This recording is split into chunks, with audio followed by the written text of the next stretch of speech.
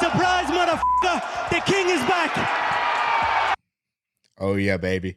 We're back. This is the second episode we've done tonight.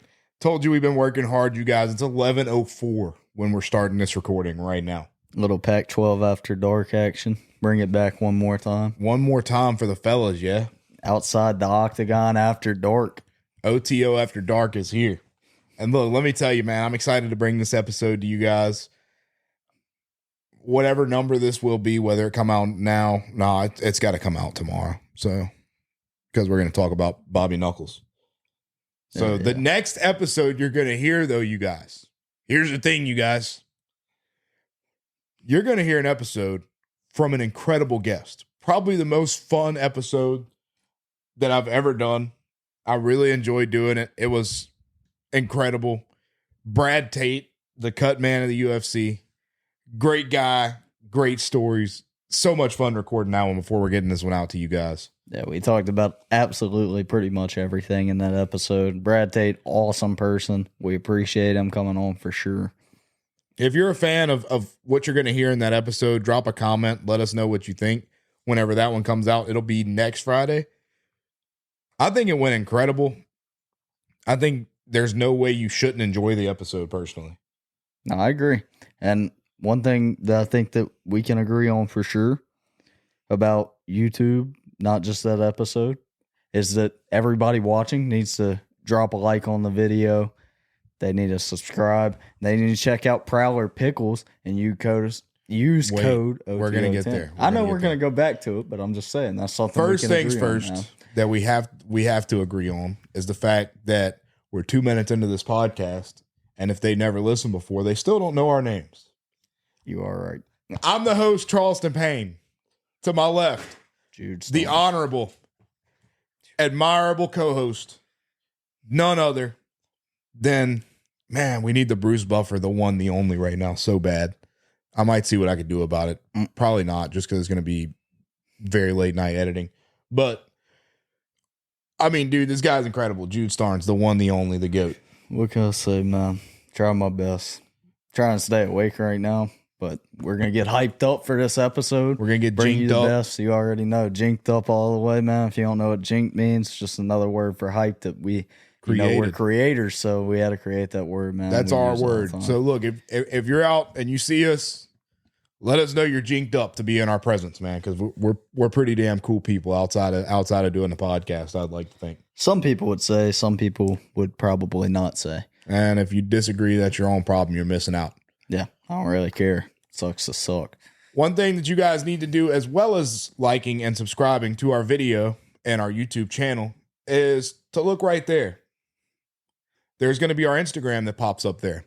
It's at outside the Octagon pod _. Go give that a follow if you don't mind. That's where we're going to be posting podcast updates, post our thumbnails there, let you know a new video drop the link on our story. There's a link in the bio for you guys to access episodes all over the place, wherever we have our episodes. Just go give our Instagram a follow. Go check it out. Yeah.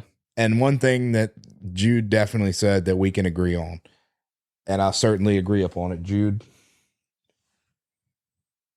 Prowler Pickles. Incredible pickles.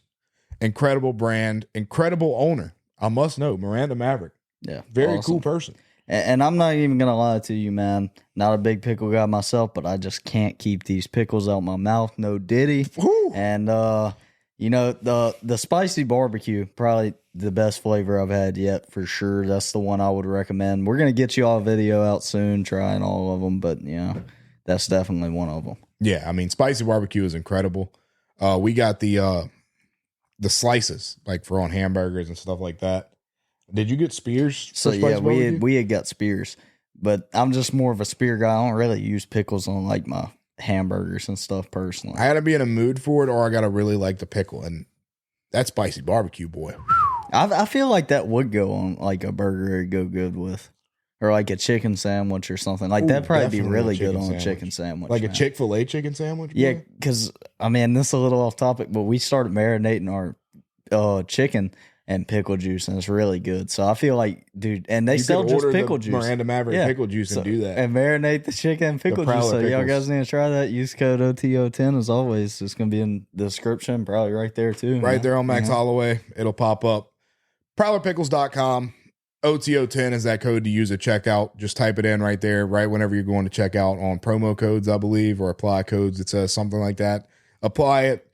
Click the arrow to check it in there. When you get that, you'll get your 10% off and you'll get the best pickles you ever had. Yes, sir. Time to get rid of those old store-bought mid pickles. Those little tiny pickles, man. Get the biggest, most juiciest, and delicious pickles. And that's all that needs to be said. No diddy, man. No diddy.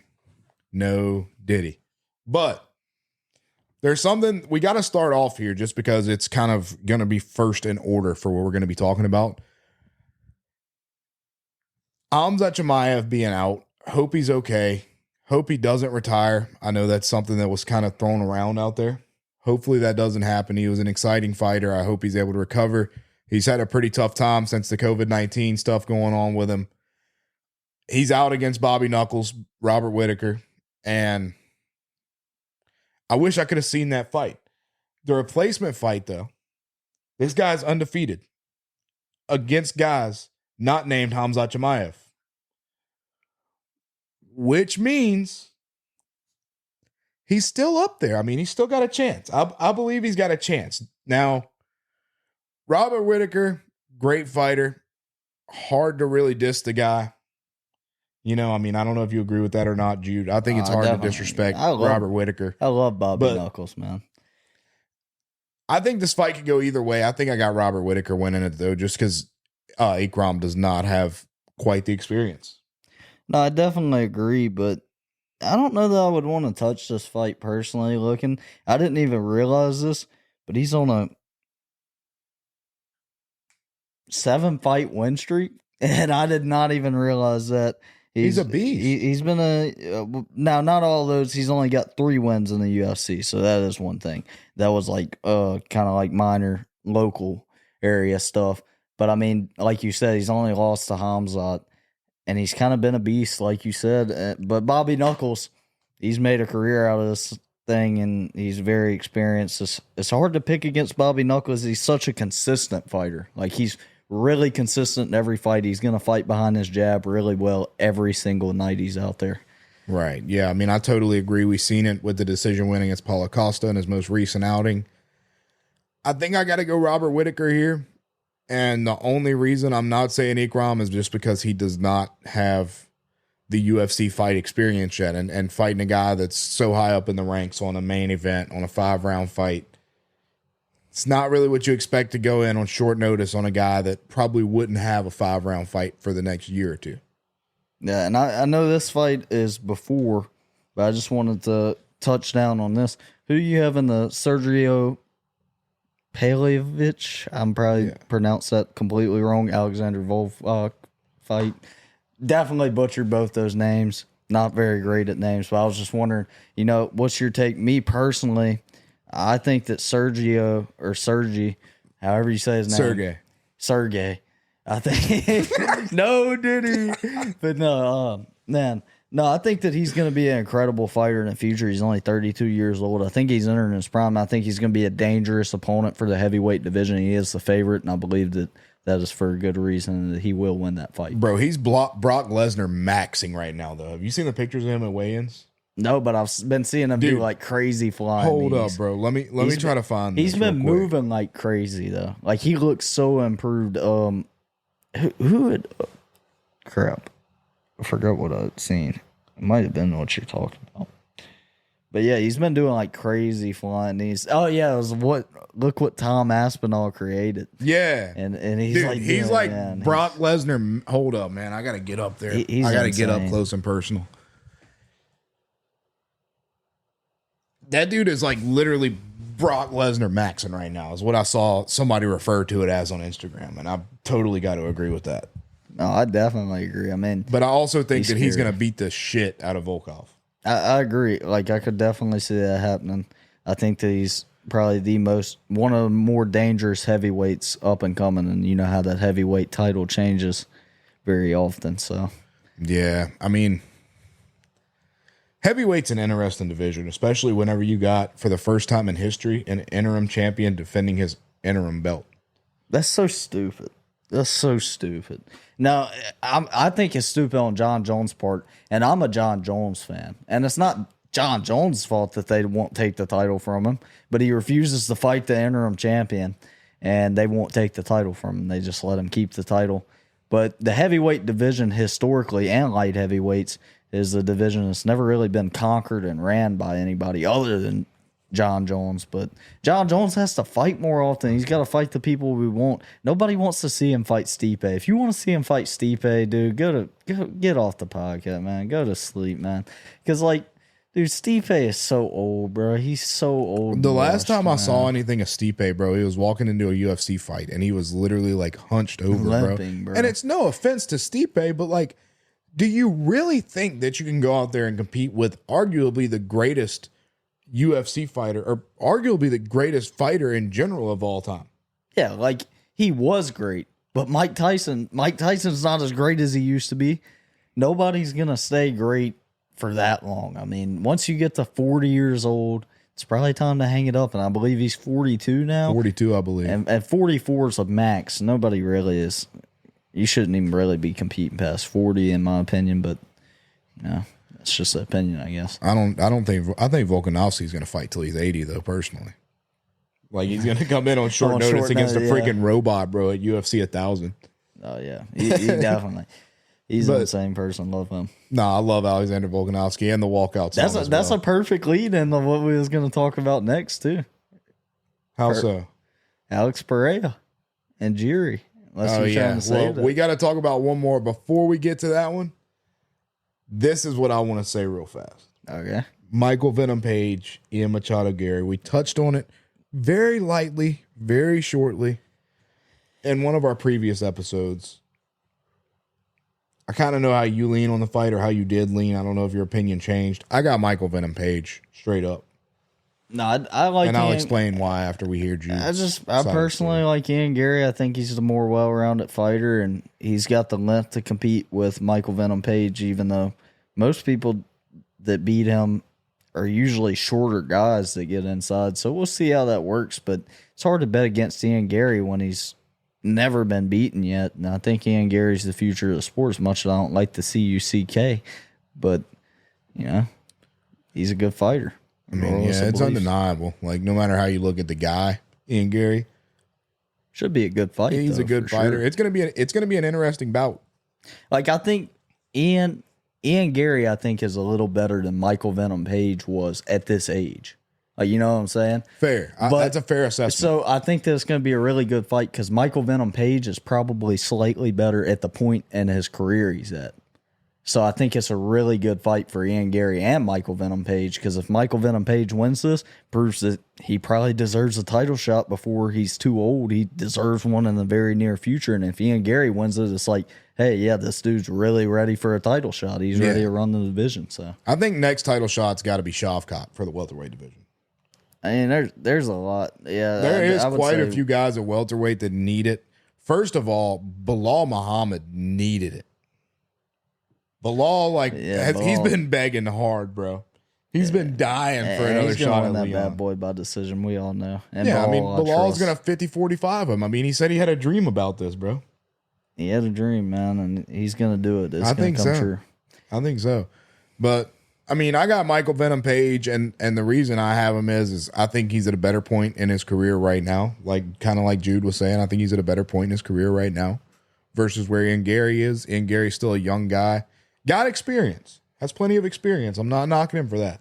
Yeah. He's probably a little bit more inside the prime, or easing into the prime, rather than on Michael Venom Page's side, easing out of it. I'm almost talking myself out of my pick right now, but I refuse. I stand on business here. I think he can go either way. I mean, I just got to go Michael Venom Page just because I think he's just got a better chance for whatever reason. That's how I feel about this fight. I mean, I'm not bashing your pick. Like I said, I think that this is like one of the best fights that a matchmaker's made in a minute. Like I said, for the reason I've already been over, it's a really good matchup, I believe. Now, I think it's time. For that Volkanovski type. I come from The saviors of two main events. The second time they're going to fight, the second time it's going to be for a title. The first time it got stopped slightly early. I think it still would have ended up being a finish in Pereira's favor. Alex Pereira versus probably my favorite fighter, and you've heard me say this before, Jiri Prochazka. Oh my God, man. I mean, short notice, this is where both of these guys kind of feed when they step into fights like this. They're ready. Second of all, Jiri is active right now, more active than what we typically would see out of Jiri. So obviously, I'm loving that. I hate that McGregor's out. First of all, I'm upset about that. He may return at some further point. I don't even know if it's worth it at this point, to tell you the truth.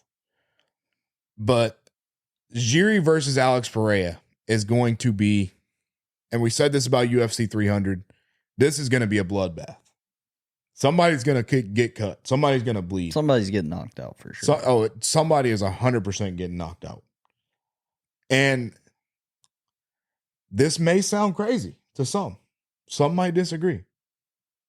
And I love Alex Pereira too. I love both of these guys. It's hard for me to pick either one. I think I'm going to be quite sad either way the tables turn. You know, I'm going to be happy if it goes one way, either way. And I'm going to be sad if it goes either way. But, and new, Jiri Prochazka is going to be the new lightweight champion of the world, I think. I strongly believe that. I don't know why. It's Jiri's time. It's time for his reign at the light heavyweight division. And I mean, you know how he is. We talked about it in the 300 predictions episode. He's got such a long reach. He comes from such weird angles that it's very hard to adapt to. Pereira's fought him once, but the fight didn't go very long.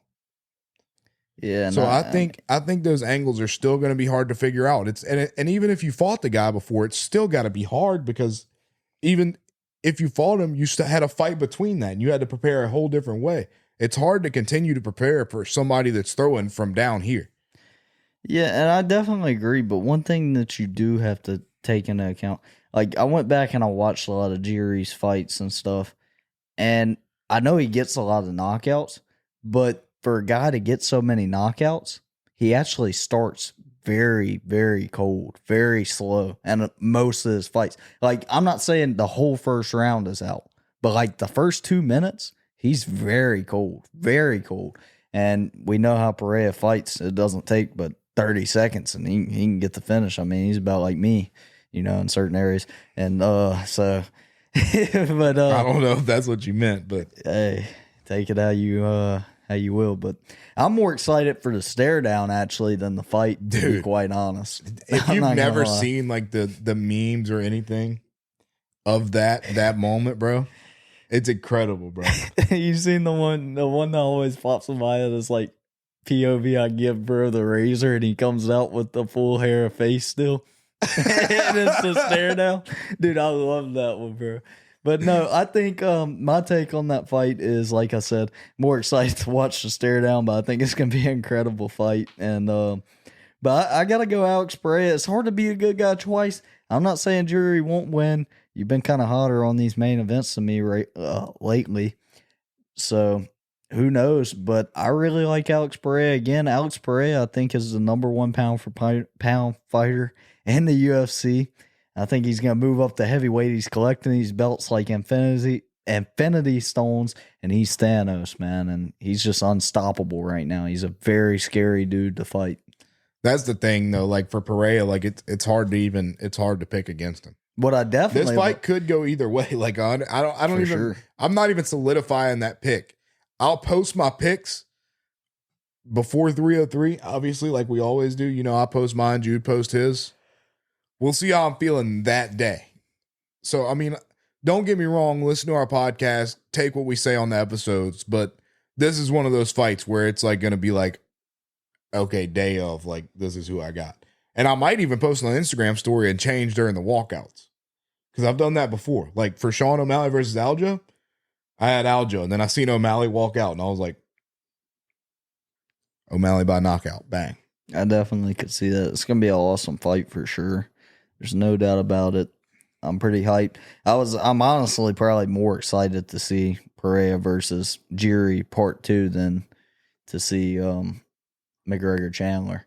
Because, I mean, McGregor and Chandler, they're two incredible athletes, and they're two very good fighters, but they're almost has-beens at this point. They took 2 years break and everything else. I feel bad for Michael Chandler. It really sucks. And McGregor, I mean, I just don't know that he's ever coming back. I love McGregor. I love the McGregor pressers, but I think he's gone. Yeah. Damn. Why you had to say it like that, bro? Man, I had to make it sad. We can make this like a sad clip. We can add like some tears to my face, like put the little sad sound. You know what I'm talking about? You know what you're about to have though? A clown mask after you make some more wrong picks, bro. Oh yeah, definitely. You've been missing, bro. That, man. You've been missing, bro. I mean, we've been pretty even. You just got one or two. You've been getting the main. I get events you on the right main more cards mostly. A lot of times I'll make a mistake on, like, I'll make a pick on here and then I'll make a mistake on the Instagram post, not paying attention, and I'll just pick the wrong one. And that's probably going to cost me a clown mask at some point, man. But yeah, we're going to start that for sure. Clown mask is coming, bro. I might go to Party City tomorrow or something and just go grab one. They can't be that expensive, and I get paid, so. I'll probably get one, man. It's not. I really want to get that UFC replica belt for one of us to wear. The champion versus the clown, bro, for the entire episode. Even with a guest, though, we got to hold it up, bro. Like, if we have a guest episode the next week, like, whoever's the loser has to wear the clown mask. Like, you can't back out. Yeah, I mean, I'm down. All right, I think shake on it right now. Shake on it right now. I think I had a lot. I'm not going to lose every single one of them, man. I hate to lose personally, you know. And if I keep losing, we'll have to be filming our own MMA fight. Okay, buddy. You know. I was about to start hitting the little, what they used to call that? Now watch me win. No, the little, where you, I don't even know how to do it. Oh, the flossing. Flossing, yeah. Yeah. I can't dance to save my life, bro. I was going to say you was going to hit the Quan. Bro, I do be like, bro, sometimes I just got to bust out a nay real quick. Like, if I'm in public, like, damn. R.I.P. hit the Quan. I need to let people know I can hit that nay like that, bro. Like, bang. What's your thoughts on the Brian Ortega Diego Lopez? That's going to be an interesting fight. There's 3 fights to me that's worth it on this card, man. And I'll talk about the next one after Brian Ortega. Well, no, they have Ian Gary's on that card too. Yeah, it's four good fights. I think I got Diego. You got Diego? It's hard for me to go against Diego, but like Brian Ortega, he's only got 3 losses and he gets so much hate and everything. But I mean, dude, he came out, he got the win in like 30 freaking, like, oh, no, he didn't get 30 seconds. He went to the second round, huh? But he controlled the fight the whole entire time and then got a submission. Like, he made it look easy. He barely even got punched, man. I like Brian Ortega. I think he's an awesome person. And I think I like to see guys battle adversity and come back from that. And Brian Ortega's did just that. And he's only got 3 losses. But can't really hate on Diego Lopez's mullet either. I don't know why they always got to put, like, 2 good guys against each other. Like, give us some good guys against some people we hate. Yeah, like, low key, bro. Like, Max Holloway is one of my favorite, probably is my favorite fighter ever. It's Max and Jiri are probably like in my top 3 for sure. Max is number 1, has been for a while. But I love Justin Gaethje too, and to see Gaethje go down like that, like I almost had like it was dope that Max Holloway won by that way. That finish was incredible. Don't get me wrong, but after it like kind of the hangover came down from like me being like, oh my god, Max Holloway just won with 1 second left in the 5th round, like absolutely insane finish. Then I was like, Justin Gaethje just got like absolutely like killed, murdered, like because. I literally, like, if you follow me on Instagram, you've seen it. I posted the video, in that video, I'm videoing myself. Like, I turned the camera around after the knockout. I video myself, and I'm like screaming. I'm like, yeah, let's go. Like, you know, like letting the emotions flow. And then Jude calls me, and I declined the first call, stopped the video, run outside, called Jude back, and Jude's like, dude, I think Gaethje's dead.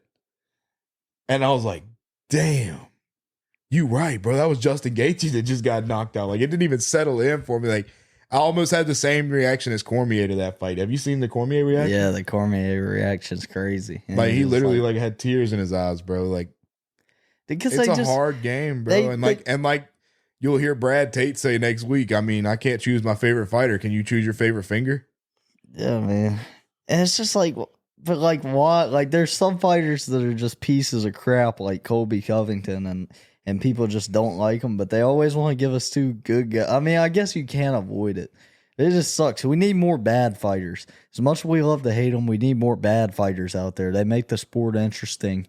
Colby Covington, I thank you for being a piece of crap, you know? So I just hate that. Like, it's two super good guys. Like, who do I cheer for? Alex Pereira or Jiri?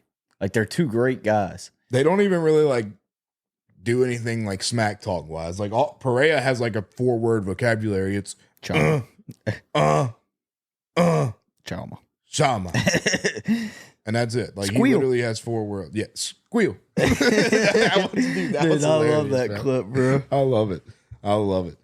But I mean, the other fight though on that 303 card, since we're just on it, is Anthony Smith, Carlos Ulberg. Ulberg. I bet. Yeah. I can't read. Actually, I like Anthony Smith, but Carlos Ulberg is just on an incredible run right now. I think Ulberg's going to knock him out. Yeah, I don't know off the top of my head who he beat, so I'm trying to go back and look at the moment. Like I said, we're all uncut. And I didn't realize that he was on the Contender Series.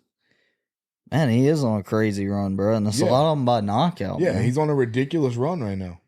But I like Anthony Smith so much. Anthony CT Smith hate, and I just love Anthony CT Smith, man. He's an awesome person. I want to see him win the belt so bad.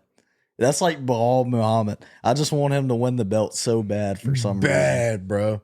Like, I'll probably tear up if Bilal wins. Dude, if Anthony Smith wins, I'm definitely tearing up.